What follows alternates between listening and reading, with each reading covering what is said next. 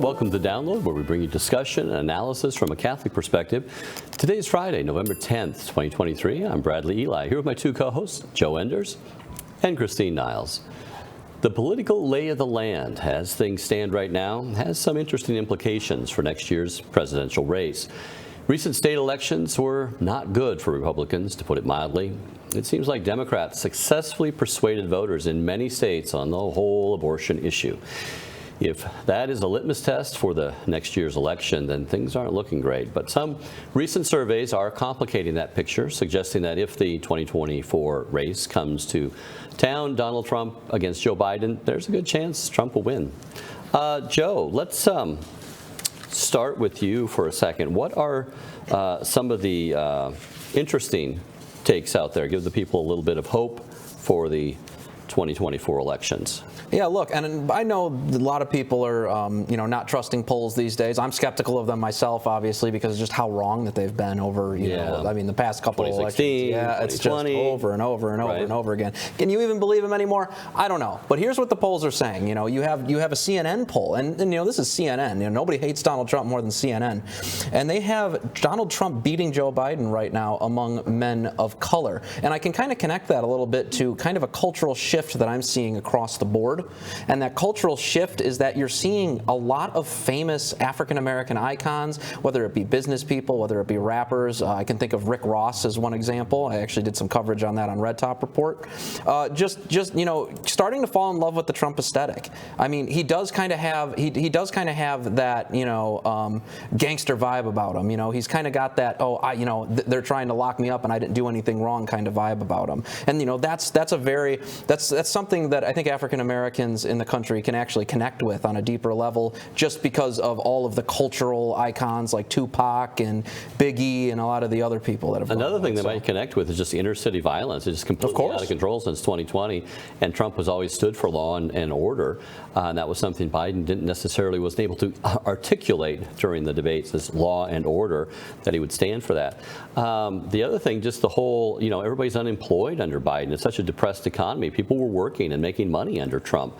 That has to resonate well with the family. Yeah, and what a lot of people are feeling right now too at home, and it doesn't matter what color you are when you're feeling this, you're feeling that inflation.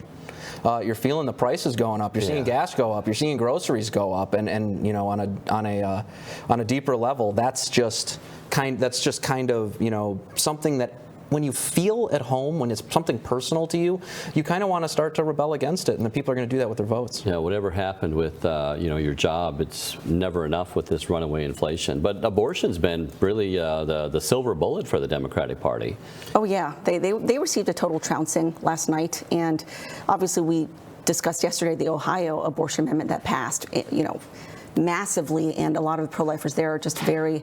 They're disheartened, they fought, and now they're just trying to take stock and figure out, okay, what did we do wrong? What could we do better in the future? And all sorts of different people are offering different solutions. Like Ann Coulter, of course, is really angry about it, and she's saying you guys need to not being so extreme about this sort of thing. J.D. Vance, of course, who's senator in Ohio, he's offering his own thoughts. Actually, I wanted to read a little bit of it because he tweeted out his own analysis about what we're doing wrong. I don't want to read the whole thing, but he was just basically saying here, his fourth point was, we've spent so much time winning a legal argument on abortion that we have fallen behind on the moral argument. I talked to so many decent people who voted yes on issue 1, and their reasons varied. Some described themselves as pro-life, but they hated the lack of a rape exception in Ohio law. Some were worried that Ohio law would prevent them from addressing the topic pregnancy or late-term miscarriage. And of course, they were massively outspent as well. I think that's something Lila Rose said.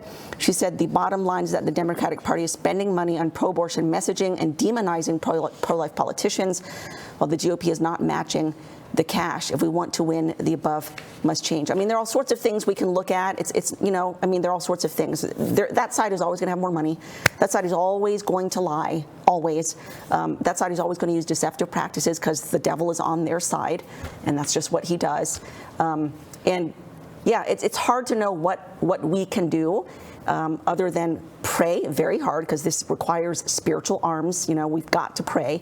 But yeah, it's hard to say exactly. It does not necessarily bode well for what's going to happen in 2024. But I also wanted to spend a little bit of time just looking overall at the pro-life landscape so that we don't lose heart.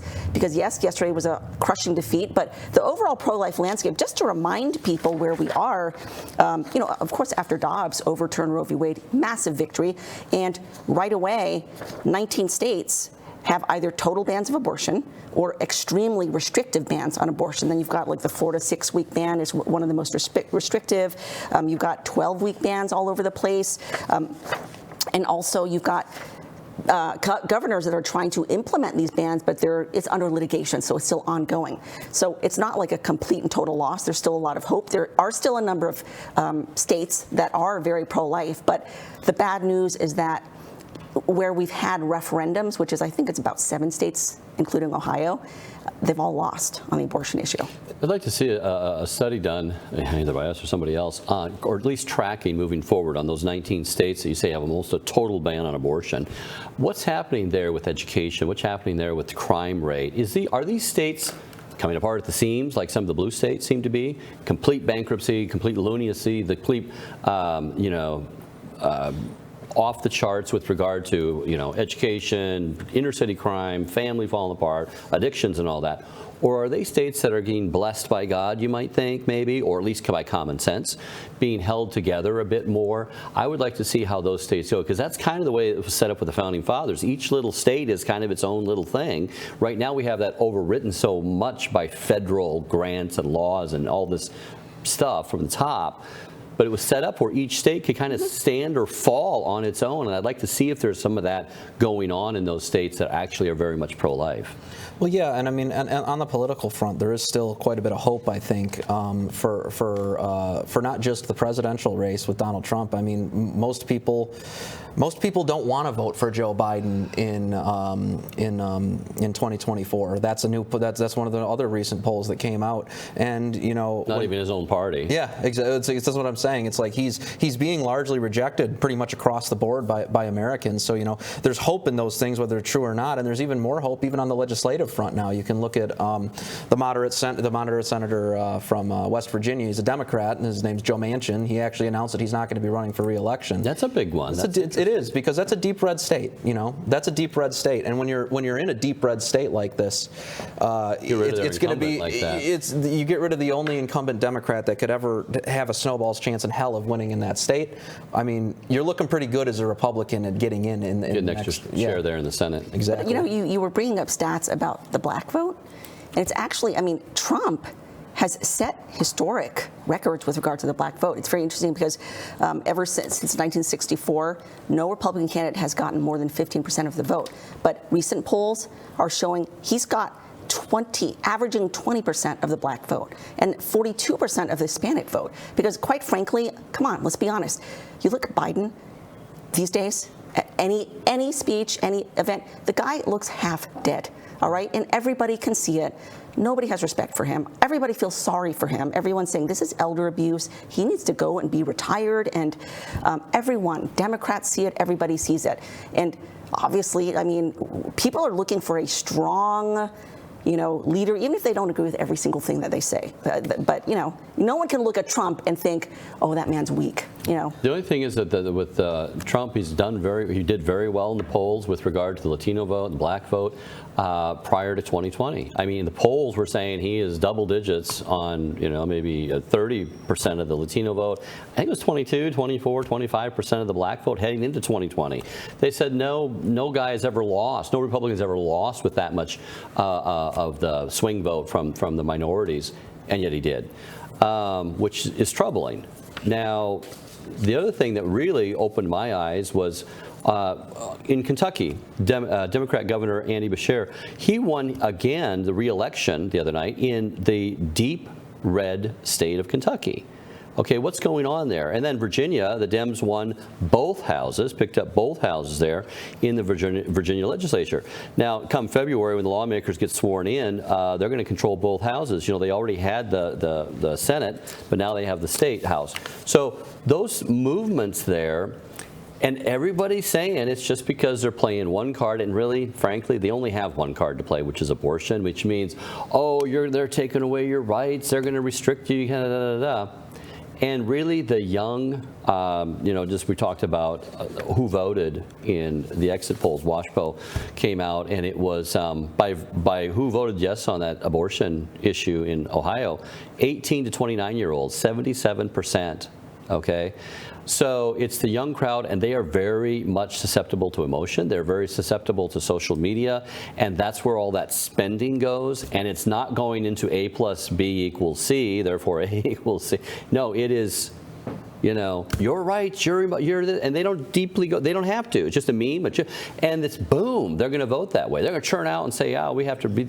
It's emotion driven, and that's the dangerous thing of the society today. Is we have a very young voting bloc that's very radical in the fact that they've been radicalized by social media, and the emotional throb in social media can push them to do almost anything. If you wanted to have Hillary Clinton never be voted in, just show one YouTube video of her stomping on a bunch of puppies. She would never, ever, ever get elected. Sure, people yeah. You could talk till you're blue in the face about how she's pro-abortion and babies deserve a right to live and they're human beings and da-da-da-da-da, but show her at one place stomping on some kittens and, somebody, or pick whoever politician you wanted, and they would never get elected by that one video alone. Well, I feel like, what young people are susceptible of more than anything else when going and voting on the abortion issue is pregnancy. They're susceptible to pregnancy because we've largely adopted as a country. I mean, we could look at Obamacare, for example. Obamacare, even if you were to get the best plan that Obamacare offers, what you would be stuck with is an $8,500 co-insurance bill every time you had a child. Meanwhile, birth control is something that's 100% free and covered by that, and that includes, obviously, abortifacients as well. So when you have a system that's actually designed to discourage childbirth, to discourage families coming together, even if there is an accidental pregnancy before a marriage, you should really start trying to analyze whether or not, this model of, sex education and contraceptives is actually successful. Because if we go back and look at the abstinence model of the 1950s, one of the greatest things about that abstinence model is that it only gave people two options. The first option is you remain abstinent, you get married, and then you get pregnant and you have children. And that's a great social safety net when you have, a significant other in the home that can provide. And then the other option was you don't remain abstinent, you do wind up having sex, and you wind up getting pregnant, which would largely society would pressure you into getting marriage, so you would still have that same social safety net. Now we have a system where birth control is not 100% effective, so that people don't want to do abortions, or they want to do abortions or something like that. And what winds up happening is you have this epidemic of single motherhood, which is 70% of prison inmates in this country. That is a problem. Yeah. And as far as the 18 to 29-year-olds who voted overwhelmingly for the Ohio abortion amendment, I mean, this is a generation that has been raised under the regime of Roe v. Wade, where it's just taken for granted that, oh yeah, of course you have the right to get an abortion. Of course, like they can't even think of any other possibility. Whereas, other people, the older generation, they remember a time when there was a time when it was illegal in many states. And of course, all Dobbs did was it returned it back to the status quo, meaning now each state gets to make its own decision, which is why we're having these different abortion referenda in different states, like in Ohio. The people make that decision now. Going to your point about the birth control and sex ed programs. I mean, we all know for decades now that Planned Parenthood has deliberately introduced sex education, deliberately introduced condoms, things like that, into high schools because they know it increases their business. They know contraception fails. They know kids are going to want to have sex in high school, and that this is going to encourage them to have more sex, and then the contraception fails, and then they have to go get an abortion, and then Planned Parenthood gets rich. We all, that's what their plan has been for a long time. Studies have also proven that the abstinence education works to lower teen pregnancy. That's what nobody wants anyone to hear. Planned Parenthood would deny that, but abstinence-only programs work. They work better than going in there telling all these little kids about the most intimate inappropriate things, exposing this and then giving them condoms. The Kristen Hawkins from Students for Life, she faulted Virginia Republican Governor Glenn Youngkin because they lost one of the chambers of they lost the House of Delegates basically in Virginia, and she says it was Youngkin's milquetoast approach to the abortion issue that failed to generate any voter enthusiasm, leading to the GOP losing the House. So his milquetoast approach to abortion is what I wanted to address, and we are seeing that milquetoast approach to abortion amongst what you might call rhinos and people who weren't necessarily totally out about being a rhino, just Republican in name only, who really don't care about the pro-life movement, really don't care about abortion. They care about being a politician and getting elected, and I need the votes, and therefore we can let babies die or not die as long as I get elected, whatever the ways the wind's blowing. If it's under Trump and he's getting two, pro-life justices in there, well, maybe we'll talk more pro-life, and if not, we'll go the other way. Reminds me of some bishops in the church on how traditional they are, how conservative they are. Is it under Benedict or is it under Francis? Is it under John Paul II or Paul VI? So the fact is, this is really, really concerning me, that we are gaining steam on this idea all the way even up to Trump, who I don't think it's any person who could pull America out of their doldrums than him, and yet I'm saying this on that he himself, along with others, are kind of like, maybe we'll go a little easier on that abortion thing. Maybe we'll come up with a solution that both sides will agree to, and that's concerning. That, and I'm not talking about him, but all across the board, the Republican establishment, established politicians, are saying, maybe we got to go a little easier on abortion because we are taking it on the chin in all of these elections, and it's working for them, and they have absolutely nothing else, the Dems, to toot about. The economy, the foreign policy, the border, crime, education, everything, parents at the school boards, you name it, it's against them. And they only want to talk about that one abortion thing. And Republicans have to hold a strong line on that, and yet bring in all of these other issues too, to say you need to start talking about these, and these, without sounding like, or not, without being less pro-life than they need to be. Well, I'm gonna depart from Kristen Hawkins on this one. I don't agree that it's the milquetoast approach that's causing the problem. I think that the problem is that people know that there are pro-lifers in this country. They're angry that there are pro-lifers in this country, and this might be kind of a black pill to some of the viewers out there, but it's the God-honest truth. America wants abortion. America likes abortion. They want to get abortions because ultimately they're concerned about themselves and what they can accomplish in their lives. They're taught a flawed model of how to be a human being and how to flourish as a human being. And when that happens, you wind up falling into, understandable vices, as the left would call them, to get what you want accomplished, and abortion is just one of those things. So what I see happening is Republicans, maybe some of them, I believe this about Trump, is receding into something that politicians are best at, lying about being less pro-life than he actually is, in order to kind of get people to back off of him, because in his mind he just needs to get back in office. I mean, once he gets his next term, I mean, it's over. It's not like he can run again. So what he's looking to do is basically lie and say, I'm not as pro-life. I'm not that pro-life. I think that there's terrible things, because he wants to soften the American public, who is so ardently pro-abortion, throughout these states, and you can see it because it's happening in even the most red states. And he doesn't want to turn. I mean, you got a whole Republican establishment seems to be talking the same thing. Let's back away. That's because they all feel that way, because they're losing on the issue, and they're right. They're losing on the issue. I mean, Kentucky, Montana, Ohio. I mean, these are all red states. The abortion issue is a losing issue for Republicans, and I think it's real sobering for Catholics to realize, for a fact, that this country is not pro-life. Yeah. And just kind of jumping off your point, just taking a more 30,000-foot view, it is true. I mean, souls are out there just drowning in sin. They love their illicit sex. They love their contraception. They love their abortion. They love all of that. We are the ones, as Catholics and in the church, we are the ones called to help save those souls, right? To help convert those souls. And so there's the saying, as the church goes, so goes the world. And you talk about milquetoast. I mean, you mentioned the bishops. Now, it's true, the Ohio bishops definitely spoke out very loud about the amendment. Okay, so I'm not faulting the Ohio bishops, but there was the Catholic Vote article made a good point.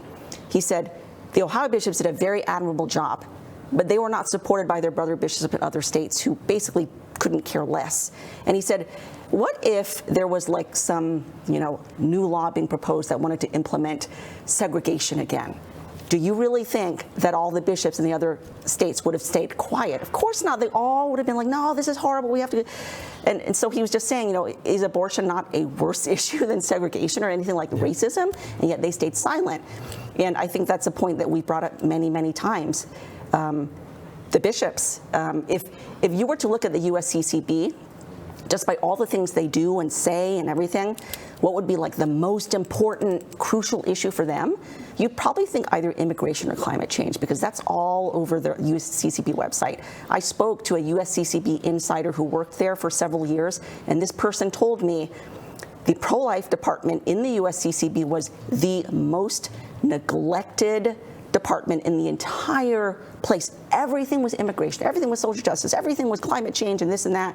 And I felt sorry for the pro-life department. Like, this person would go visit the pro-life department just to let them know, hey, I care about you guys and I'm trying to get like more funding here. But they were just, It's one of those things where it's like, really, why wasn't there daily national collections? Why wasn't there, why wasn't there funneling of money, from Peter's Pence or all these other groups, all these other Catholic groups that rake in all this money for the one issue that's actually being voted on in this country, not climate change, not immigration, that's actually being voted on explicitly in a referendum in this country, and you can't fill the coffers of that thing that's regarding intrinsic evil.